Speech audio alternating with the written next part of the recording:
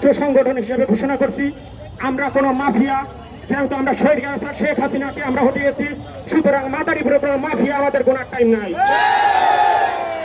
আপনারা জানেন আমাদের এই মিছিলে বহু মানুষকে বিভিন্ন ইউনিয়ন থেকে বাধাগ্রস্ত করা হয়েছে।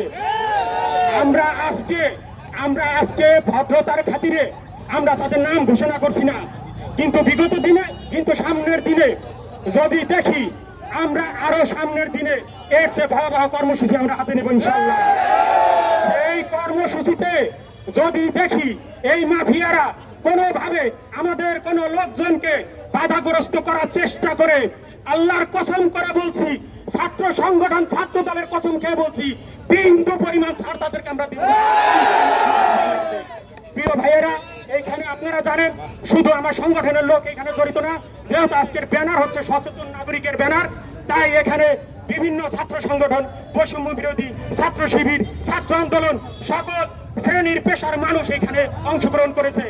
এই পর্যায়ে আপনাদের মাঝে বক্তব্য রাখবে এ ব্যবসা কারা চালায়, ঠিক আছে, আমরা দেখবো।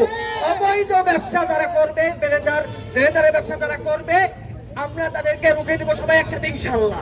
আজকে আমরা এখানটা বসার মিশে দিছি, অন্যান্য দিন নেক্সট টাইমে যদি এই ব্যবসা চলে তাহলে আমরা নিজ হাতে আইন তুলে নিয়ে আগুন জ্বালিয়ে দেবো ইনশাল্লাহ। আমরা বাংলাদেশ ইসলামী ছাত্র শিবির এবং জামাত ইসলামী সকলেই একাত্মতা পোষণ করছি। আমার বাড়ি মাদারীপুর সদর উপজেলার ঝাউদিরানে। এই ঝাউদিরানের 3 এবং 7 নম্বরে সবচেয়ে ভয়াল সবল আঘাত করেছে বেলেজার। আমরা দেখেছি এনটিভি রিপোর্টে অসংখ্য ফসলি জমি সেখানে নদীগর্ভে বিলীন হয়ে যাচ্ছে, অসংখ্য ঘর বাড়ি নদীগর্ভে বিলীন হয়ে যাচ্ছে।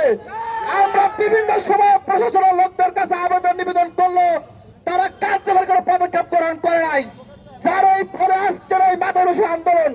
আমরা ঝাউদিনারের বাসীর সকলের অংশগ্রহণে মাদারীপুরবাসীর যেই সংগ্রাম আন্দোলন অংশগ্রহণ করার জন্য দাবি জানাবে, যেই ঘোষণা করবে, আমরা সকল কর্মসূচি অংশগ্রহণ করবো। ধন্যবাদ জানাতে শেষ করছি। আসসালাম।